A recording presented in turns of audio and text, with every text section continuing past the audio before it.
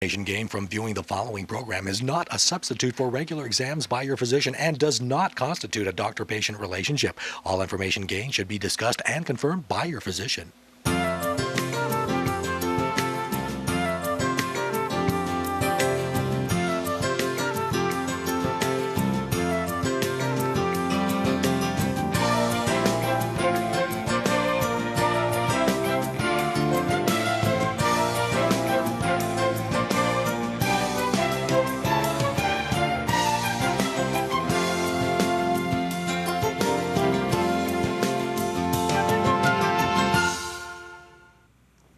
Welcome to Healthy, Wealthy, and Wise.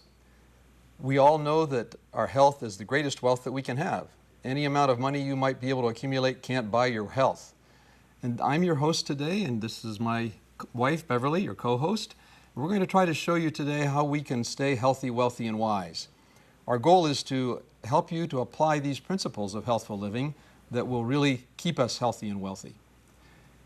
Our guest today is Dr. Hans Diehl. Dr. Diehl is a Doctor of Health Science degree from Loma Linda University, as an expert in helping people have good health and regain their health when they've lost it in prevention. So Hans, we are so happy you're here.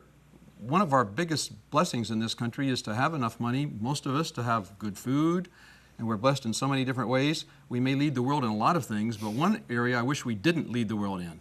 Oh, you're talking about overweight? I'm talking about overweight.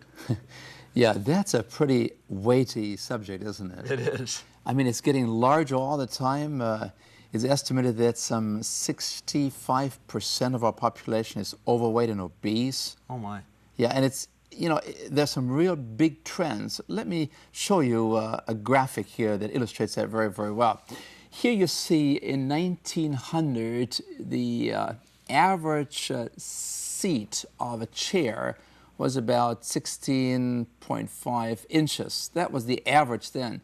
And then you notice in 1930, 1970, it stayed around 17 inches, stayed there until 1975. And suddenly, it jumped all the way to 23, and now people say it's actually 24 inches.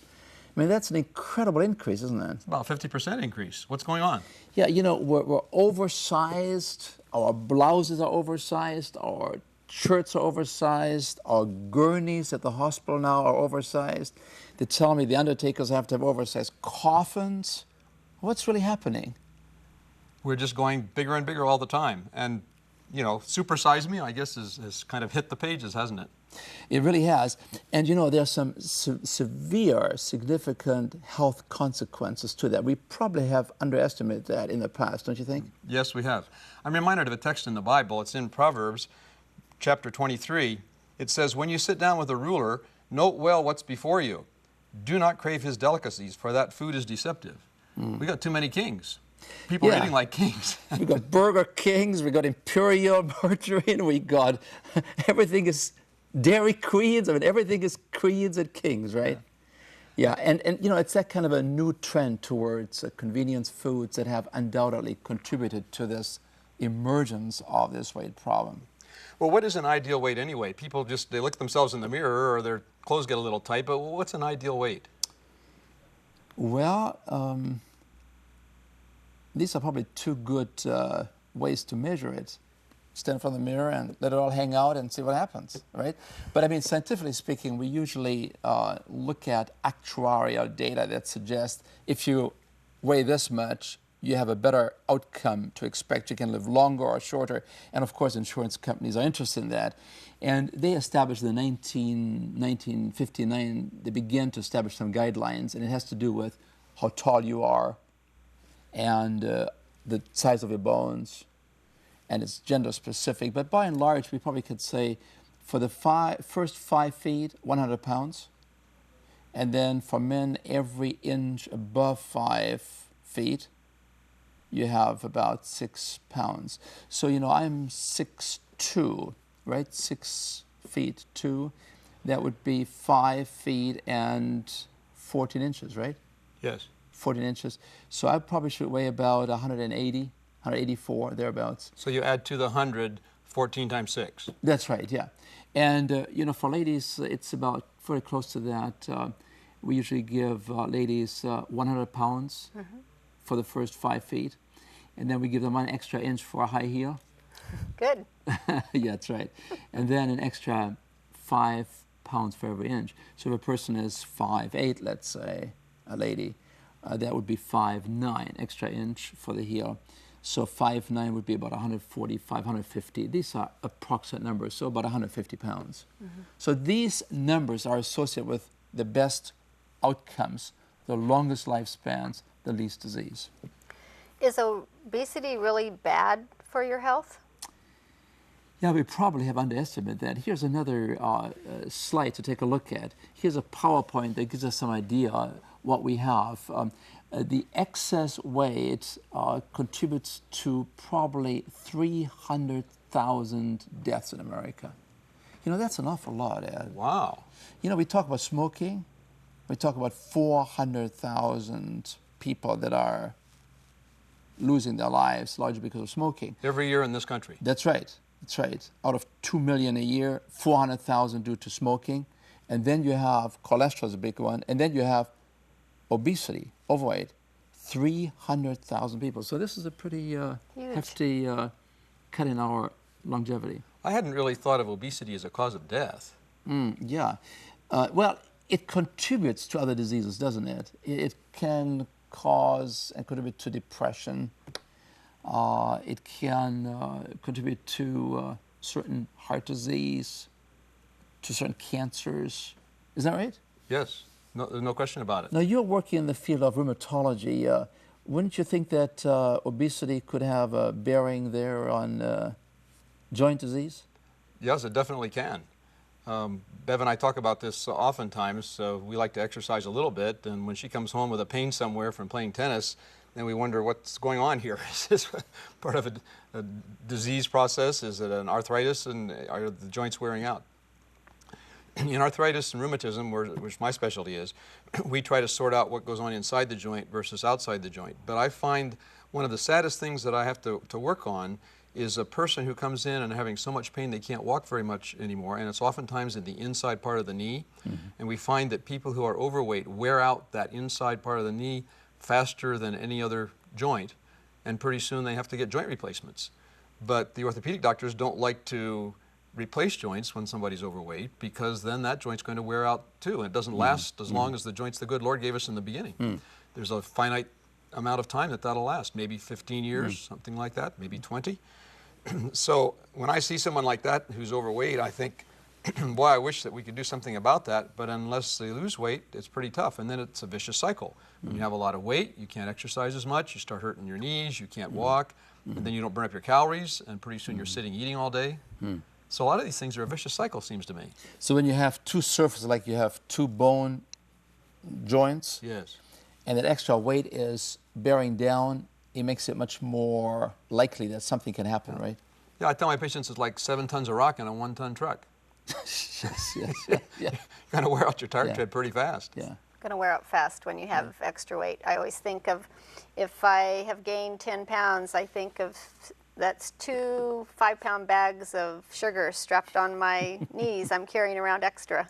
Yeah, and you know, that really tires people, doesn't it? It does. I mean, you don't carry out your functions as efficiently, and then you wonder why you're so tired at night. Right. You know, there's another slide that I'd like to perhaps show you that sort of summarizes the concerns that we all have about overweight.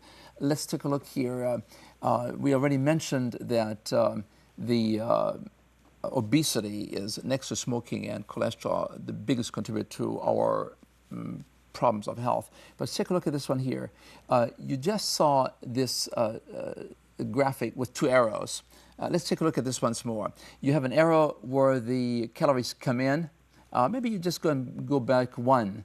Yeah, there you see the calories are going into the system, and then the calories come out. Now, if you have more calories coming in, obviously, than going out, what happens to those calories? They're going to get stored. Yeah. And they're stored as fat, as I understand. And you know, we store them, right?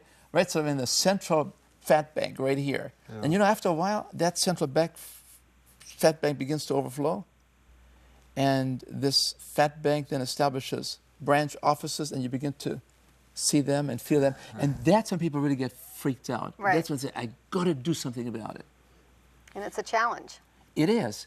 And so there are then two ways that we can handle this. Either you eat fewer calories, or you... Exercise more. That's right. And so these are some of the concepts that we have to really think through as we talk about how can we find effective ways to bring this epidemic under control.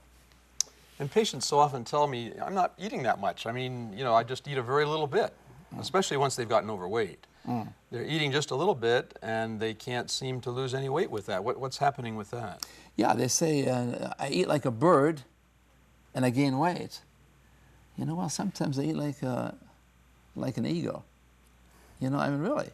They eat large amounts without realizing that, because our calories nowadays come oftentimes very densely packaged, right? Yes. I mean, you have a candy bar and you say, well, I had nothing to eat all day long. You forgot about that candy bar, right?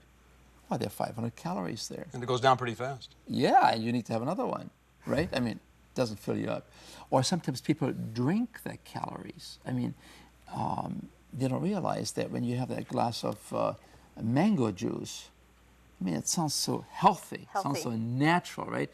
And yet they don't realize it's about the same number of calories because of the sugar content as you have in a soft drink.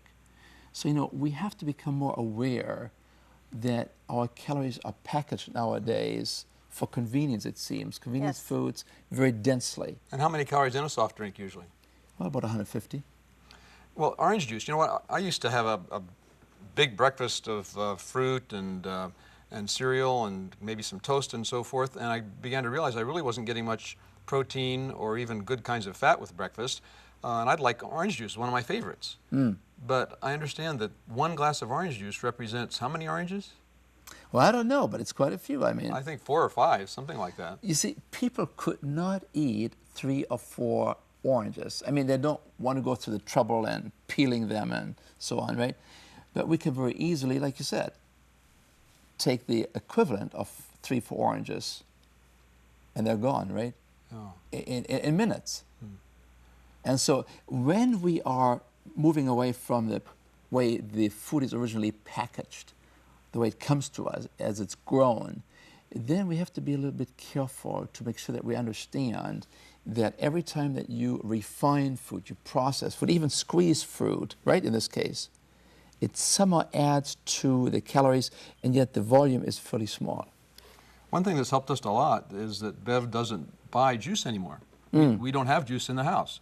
Not that juice is bad in and of itself, but it is so concentrated. And I think that's just typical, as you mentioned, of concentrating these calories. We don't recognize how much they're concentrated.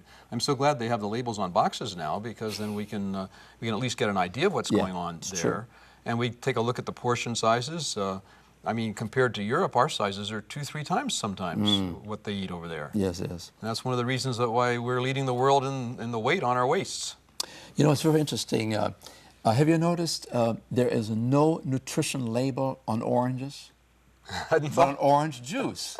Is that right? That's right. You know, there's no nutrition label on tomatoes. Right. There's no nutrition label on Bananas. or potatoes, but you sure have them on Pringles, right? Yes. See, when it's refined, when it's processed, it seems that there's a tendency to amass more calories, and we don't realize that. Yeah, I see that so often. Patients are telling me that how could I gain any weight? I just haven't been eating that much. Yeah. Well, and sometimes there's some metabolism problems, and I think a person needs to see their doctor and make sure that their thyroid's functioning normally and so forth. But one thing I'm telling people, especially younger folks, you know, just really don't ever allow yourself to get overweight. We had an interesting experience at our home some time ago. Bev had a kind of a wake-up call one day. I did. I had noticed that when I was buying new clothes, maybe the next size up maybe felt a little bit better. But the real episode that changed my ways was I was looking for my blue jeans one day, and I could not find my blue jeans. And I discovered that my husband was wearing my blue jeans. He had picked them up. No, don't tell me. Yeah, so I decided that very day things were going to change, that I could not wear the same size as my husband. Well, I've been losing weight because I had discovered I had diabetes and type 2. I didn't have to have the insulin, but I had to lose some weight to see if it would help. Unfortunately, losing the weight didn't do the job. It was a genetic problem, and I really wasn't overweight to begin with. But when I did lose the weight, I was able to fit in her blue jeans, and I didn't even realize it. So. You didn't take them to work, did you? No. Oh, I didn't get that far. She wouldn't let me get that far. You know, it's also very interesting. Many times people think that it must be genetics, right? I mean, you said, well, I hardly eat anything. I eat like a bird, and I'm gaining weight. And you mentioned, well, it could sometimes be a thyroid problem, right? So that would be very, very important to check out if you cannot explain any other way.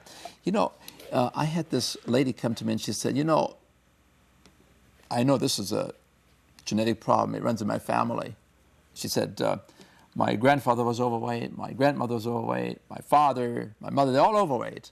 And, you know, I'm overweight too. My husband's overweight. My children are overweight. What can you do? It's a genetic problem. It runs in my family. But her husband had different genes. Genes. Yeah, that's right. That's right. She did not think about that, did she? And so I asked her, I said, do you have any dog? She said, yeah. Is the dog overweight? She looked at me. Yeah. Genes? Is it genetics? I mean, you know, when you think about it, yeah, if there is a genetic tendency towards weight gain into certain diseases, you know, it's so important that we become even more careful of how we really live. I was at a conference the other day, and they talked about the nature versus nurture argument, right? It's an old argument. It's an old argument, yeah. Is it genetics or is it environment, right? And one of the lecturers pointed out and said, you know, the genetics is the gun. You know, this is the makeup that you have. That's the gun. But what you do is the trigger. So that's very, very important. So if there is a genetic predisposition towards these diseases such as overweight and obesity, we have to be particularly careful that we don't trigger this potential, don't you think? Yes. For sure. We have to remember, too, that you can't do anything about the genetics that's there. Yeah. You're not going to be able to change those True. whatsoever. It's true. So let's work on something that you can do something about. And so I'll say again, what I try to impress young people with, and as I teach medical students and those who are in training in medicine, I say, you know, one of the best things you can do for yourself and for your patients and your family is to set that standard that I'm not going to allow myself to get overweight. Mm-hmm.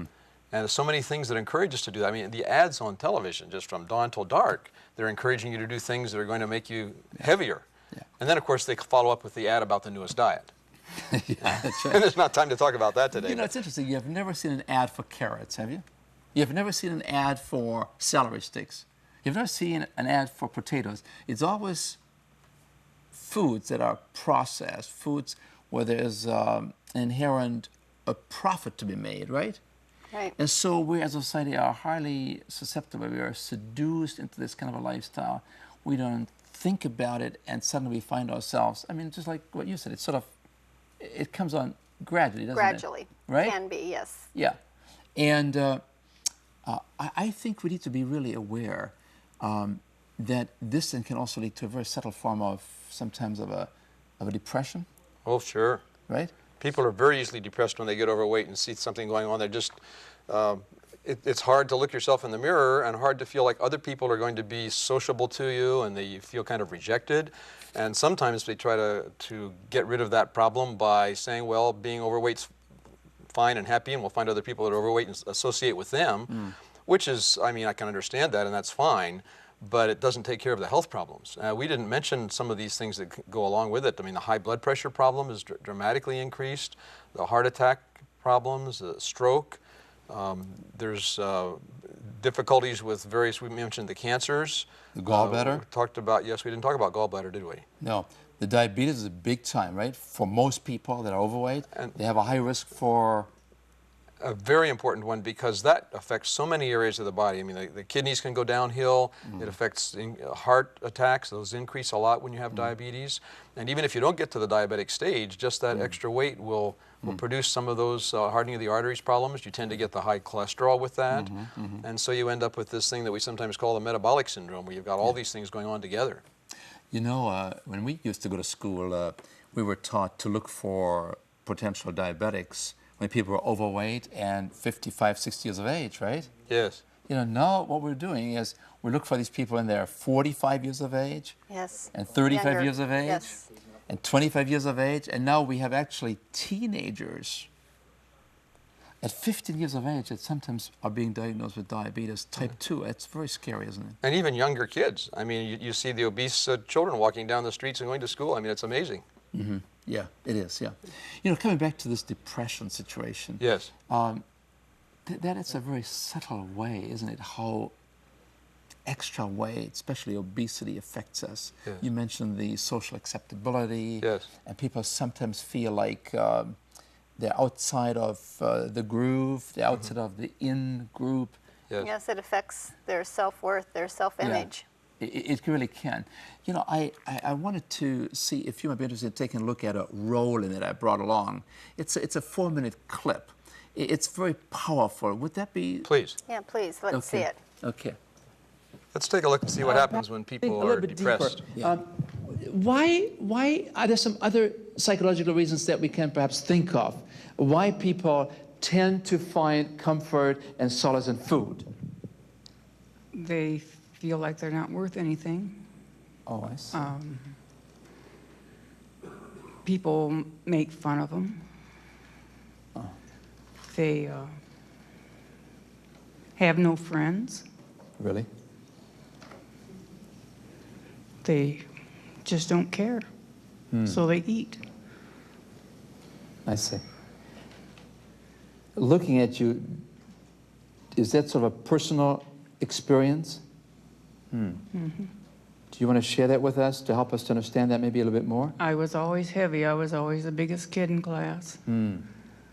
I think I weighed 150 pounds when I was in 6th grade. Kids always picked on me, made fun of me. Never had friends. Hated school, hated kids, and their parents letting them pick on me, making fun. If any of these people here have grandkids or kids that pick on kids, they ought to straighten them out and straighten them out fast. It's not fun. It really hurts, doesn't It it? hurts. Kids are impressionable.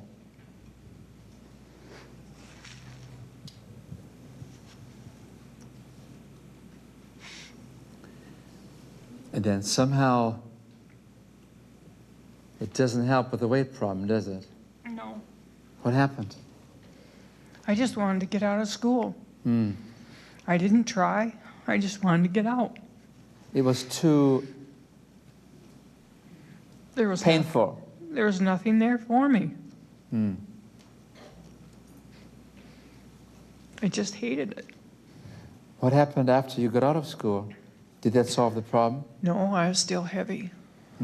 And I wish to God that Chip had been there in 80, because in 82, I had my stomach stapled. Oh, I see. But if Chip would have been there, I know I could have done Chip and not gone through that. Did that solve the problem, the stomach stapling? I lost the weight, but I can't eat right. So you're kind of miserable? Most of the time, yeah. I puree my food so I can eat it. But I was 336 pounds, and now I'm down to 100 and I think it was 76 today. But if Chip would have been there, I would have done Chip instead of that. That's wonderful, isn't it? But you can see that when it comes to obesity and overweight, sometimes the reasons can be very diverse, and sometimes the roots go very, very deep, isn't it? We internalize these things. The most important thing, the most important concept to keep in mind is that when it comes to obesity, to weight, we need to extend loving concern and understanding to people. But how easy it is for some of us that are slender to poke our skinny fingers at other people, and we have this judgmental attitude that is being picked up as if it was a radar screen by the other person. Isn't that right? Some people think that overweight people have no willpower, and other people say it has nothing to do with that. We have all kinds of cliches in our society, but I think the most important concept to get across tonight is that we need to be loving people. People are worthwhile regardless of how many layers of fat are covering them. This lady at 330 pounds is just as valuable as when she now is 176. And that's a great accomplishment. We're very proud of you.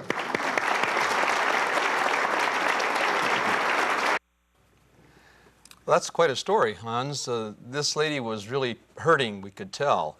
The CHIP program that was mentioned there is a coronary health improvement project where just in a few days people can learn to manage their weight, can learn how to lose weight, exercise better, choose their foods better. I like that phrase that we used, foods as grown, that Hans was telling us. Foods as grown instead of all the packaged things and the refined foods. And of course you lose the fiber, you lose a lot of the minerals, you lose a lot of the advantage of the foods as God made them when we're buying these packaged things. They're a little bit faster, they're a little quicker. You go to the fast food place and you get these things that are easy to get down pretty fast and they're pretty high in calories. I'm so delighted to see some of the fast food places putting out lower calorie things for us. And when I teach the medical students about what's important in keeping good health, I try to tell them that we need a balance in our entire life. The physical, the spiritual, the mental, the entire package needs to be looked at. And if we can eat the foods as our Creator gave them to us, eat foods as grown, exercise to help keep the weight down, this makes a huge difference. So I trust that as you've listened to our program today, you've gotten the idea that we want to give you principles that will help you. Don't beat yourself with any of these things. If you haven't been like you wanted to be, just take heart and recognize that you can do a better job of things. You can achieve success. If you're patient, don't try to take the weight off too fast. We'll talk in another program about some of the ways that people can lose weight. A pound or two a week is just plenty.